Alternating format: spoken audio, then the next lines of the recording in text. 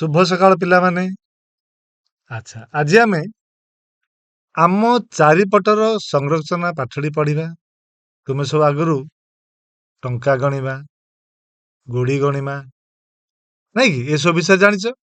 ଏଇ ଯୋଉ ଗଣନ ପାଇଁ କଣ କଣ ସୁବିଧା ଅଛି, କଣ ଆମର ପ୍ରକାର ଅଛି, କଣ ଭେଦ ଅଛି, ଏସବୁ ଆଜି ଆମେ ଜାଣିବା। ହେଲା? ହଁ ପିଲାମାନେ, ସମସ୍ତେ ଅଛ? ବହୁତ ବଢିଆ। ରମୁ କହିଲ, ଆଜି ଆମ ଶ୍ରେଣୀରେ କେତେ ଜଣ ପିଲା ଉପସ୍ଥିତ ଅଛନ୍ତି? କାହିଁକି? ଆଜି ଆମର ଅଣ୍ଡା ଦିନ, ଅଣ୍ଡା ଖାଇବା ସମସ୍ତେ।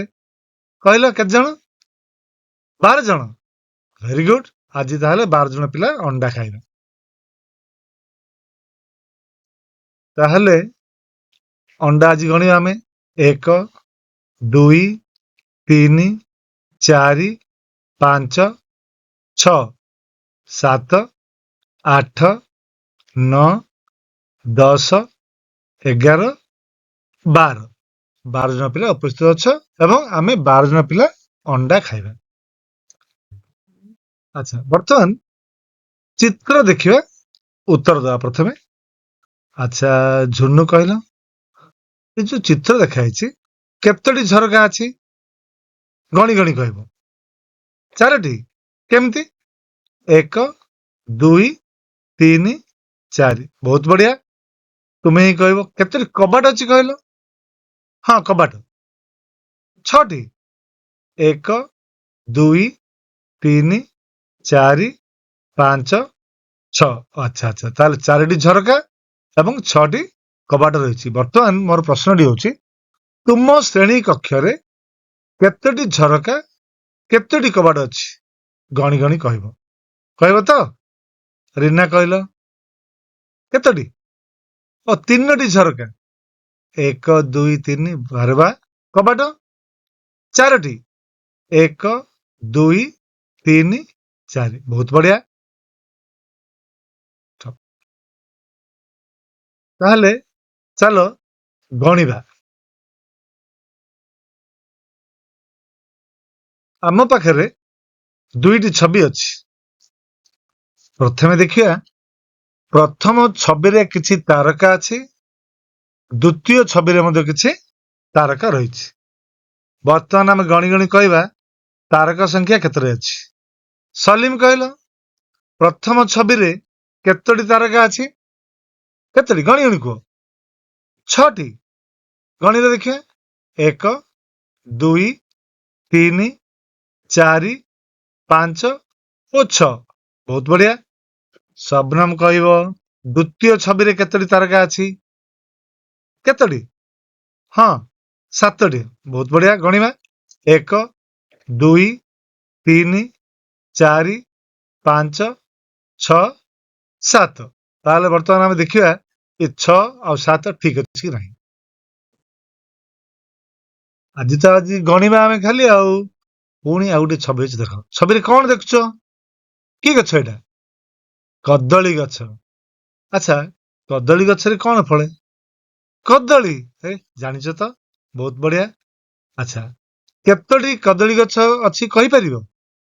ରହିମ କହିଲ, କେତୋଟି ଅଛି? 9ଟି। ଗଣି ଗଣି କରିଛ? ବଢିଆ ହେଇଛି। 9ଟି ଗଛ ଅଛି ତାହେଲେ। ବହୁତ ବଢିଆ। ଆଚ୍ଛା, କଦଳୀ ଗଛରେ ଦେଖ କେତେ ସୁନ୍ଦର କଦଳୀ ଫଳିଛି, ନୁହଁ? କଦଳୀ ତମକୁ ଭଲ ଲାଗେ? ଖାଇଛ? ବହୁତ ବଢିଆ। ତାହେଲେ ବର୍ତ୍ତମାନ ଆମର ପ୍ରାଚୀ କହିବ, କେତୋଟି କଦଳୀ ଅଛି କହିଲ? କେତୋଟି? 10ଟି। 1, 2, 3, 4, 5, 6, 7, 8, 9, 10। ବହୁତ ବଢିଆ। 10ଟି କଦଳୀ ଫଳିଛି। ବର୍ତ୍ତମାନ ଏହା ସମ୍ପର୍କରେ ଆମେ କିଛି ପ୍ରଶ୍ନ ଆଲୋଚନା କରିବା। ଆଚ୍ଛା, ଆମେ ଯୋଉ କଦଳୀ ଗଛ ଦେଖିଲେ, ସେ କଦଳୀ ଗଛରେ କେତୋଟି କଦଳୀ ଫଳିଛି? କେତୋଟି? ଆରେ ବା, 10ଟି। ସମସ୍ତେ ଏକାଥରେ କହିଲ। ଆଚ୍ଛା, ବର୍ତ୍ତମାନ ମୋର ପ୍ରଶ୍ନଟି ଇନ୍ଦୁ ପାଇଁ। ଯଦି ଗୋଟିଏ ଗଛରେ 10ଟି କଦଳୀ ଫଳିଛି, ତାହେଲେ 2ଟି ଗଛରେ କଦଳୀ ସଂଖ୍ୟା କେତେ ହବ? କେତେ ହବ?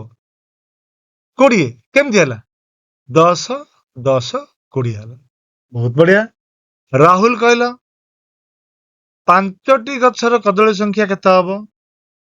ହଁ, କେତେ ହବ? ଗୋଟିଏ ଗଛରେ କେତେ ଅଛି? 10। ତାହେଲେ କେତେ ହବ?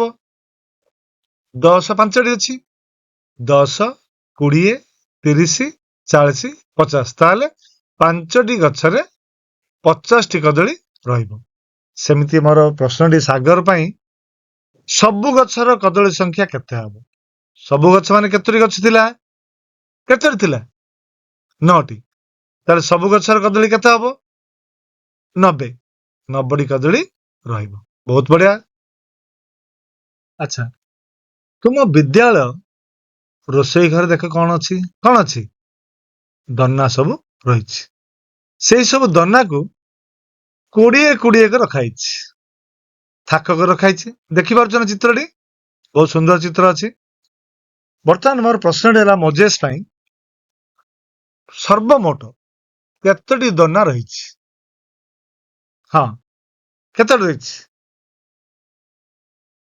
105। କେମିତି?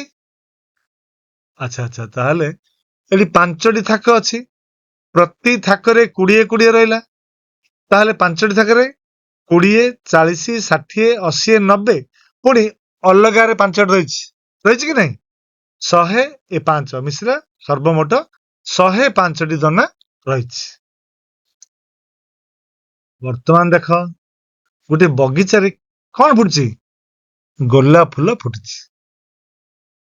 ପ୍ରଶ୍ନଟି ବର୍ତ୍ତମାନ ମୋ ପାଇଁ ହଉଛି, ସାକିଲ ପାଇଁ ସର୍ବମୋଟ କେତୋଟି ଫୁଲ ଫୁଟିଛି? ଗଣି ଗଣି କହିବ। କେତୋଟି? ଗଣିବ ଦେଖିଆ। କେତେ? 1 2 3 4 5 6 7 8 9 10 11 12 13 14 15 16 17। ତାହେଲେ ଗଣିଲେ ଆମେ କେତେଟା ପାଇଲେ? ସର୍ବମୋଟ 17ଟି ଫୁଲ ଫୁଟିଛି। ଆଚ୍ଛା, ସରିତା କଣ କରୁଛି? ସେ ଯୋଉ 17ଟି ଫୁଲ ଅଛି, ତାକୁ ନେଇ ସେ କଣ କରୁଛି? 5ଟି ଲେଖାଏଁ ଫୁଲ ନେଇ ଗୋଟିଏ ଗୋଟିଏ ମାଳ ତିଆରି କରୁଛି। କିଏ? ସରିତା। ମୋର ବର୍ତ୍ତମାନ ପ୍ରଶ୍ନଟି ଆକାଶ ପାଇଁ। କେତୋଟି ମାଳ ତିଆରି ହେଇଛି? କହିପାରିବ? କେତୋଟି ମାଳ ତିଆରି ହେଇଛି? କେତେ? 3ଟି। Very good. ଆଚ୍ଛା, 3ଟି ମାଳରେ ପୁରା ସମ୍ପୂର୍ଣ୍ଣ ଫୁଲ ବ୍ୟବହାର ହେଇଛି? ନା। କଣ ହେଲା? 5ଟି ବ୍ୟବହାର ହେଲା ପରେ ପୁଣି ଆଉ 2ଟି ରହିଯାଇଛି, ନୁହଁ କି? ଓ ତାହେଲେ କେତୋଟି ଫୁଲ ଅଛି? 5 5 10 5 15, ପୁଣି ରହିଲା 2 କେତେ? ସର୍ବମୋଟ 17ଟି। ବହୁତ ବଢିଆ। ଆଚ୍ଛା, ଯେତେବେଳେ ଆମେ ଫୁଲକୁ ଗଣିଲେ, ପ୍ରଥମେ ଥିଲା କେତୋଟି? 17ଟି ଥିଲା। ମାଳ ତିଆରି କରାହେଲା। କେତୋଟି ମାଳ ହେଇଛି? 3ଟି ମାଳ ହେଲା ପରେ 2ଟି ଫୁଲ ରହିଯାଇଛି। ତାହେଲେ ସର୍ବମୋଟ 17ଟି ଫୁଲ ନେଇଛୁ ଆମେ। 3ଟି ମାଳ ଏବଂ 2ଟି ଅଲଗା ଫୁଲ ରହିଛି।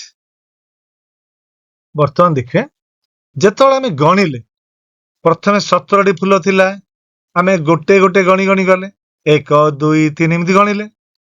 ତାପରେ କଣ କରାଯାଇଛି? ସେ ଯୋଉ ଫୁଲକୁ ଆମେ କିଛି ମାଳ ତିଆରି କରୁଛୁ, ହେଲା, 5ଟି ମାଳ ତିଆରି କରୁଛୁ। ମୋର ପ୍ରଶ୍ନଟା ହେଲା, ଏ ଯୋଉ 5ଟି ମାଳ କଲି, ଅଲଗା ଅଲଗା ରଖିଲି, ତୁମକୁ ଗଣିବାରେ କୋଉଟା ସହଜ ଲାଗିଲା? ରବିନ କହିବ। କୋଉଟା ଭଲ ଲାଗିଲା? ଆଚ୍ଛା, ଓ ଯେତେବେଳେ ଆମେ ତାକୁ ଅଲଗା ଅଲଗା ରଖିଲେ, ମାଳ ତିଆରି କଲେ, ଗଣିବାର ସୁବିଧା ହେଲା। ବହୁତ ବଢିଆ।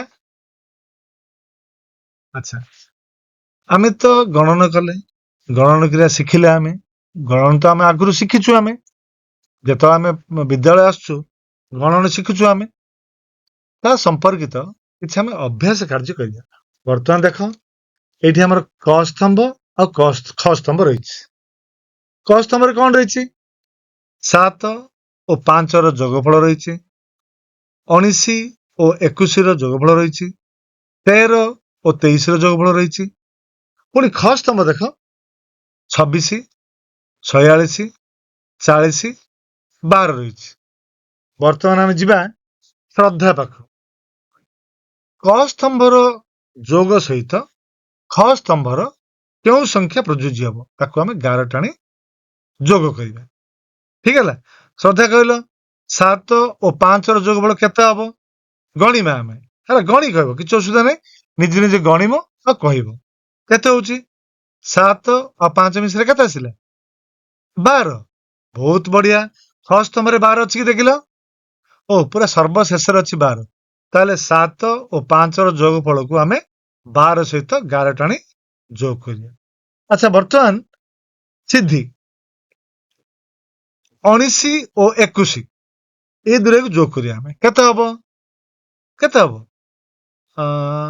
ହଁ 40 ହଁ ଭେରି ଗୁଡ 40 ଖ स्तंभରେ ଅଛି କୋଉଠି ଅଛି ତୃତୀୟ ସ୍ଥାନରେ ଅଛି ବହୁତ ବଢିଆ ତାହେଲେ 19 ଓ 21 ର ଯୋଗଫଳ 40 ଅଛି ଆକୁ ନେଇ ଆମେ 11 ଟାଣି ଦର୍ଶାଇବା।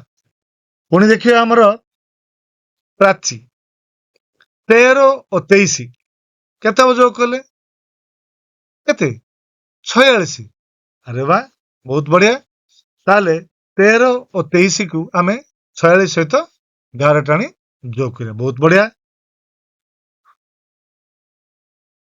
ताले आज आमे केमिति गणिमा शिखिले जो गणन केमिति हुए ता सहित छोट छोट अभ्यास कार्य भी कले आमे क्लास 10 निश्चय तुम भल लागिथियो आकु नै आमे कोन करिया घरे किछि काम करिया तुमे कोन करियो घर को जीवो तुम घरर ओ तुम पड़िसा घर संख्या सदस्यों संख्या गणिम गणी ताको लिखिब ता सहित आ गोटे मजादार काम 5 और 5 रो जोगफल केते हबो एहाकू काठी व्यवहार करी देखेबो ठीक है बहुत बढ़िया निश्चय करी जानिमो आसंता काली देखा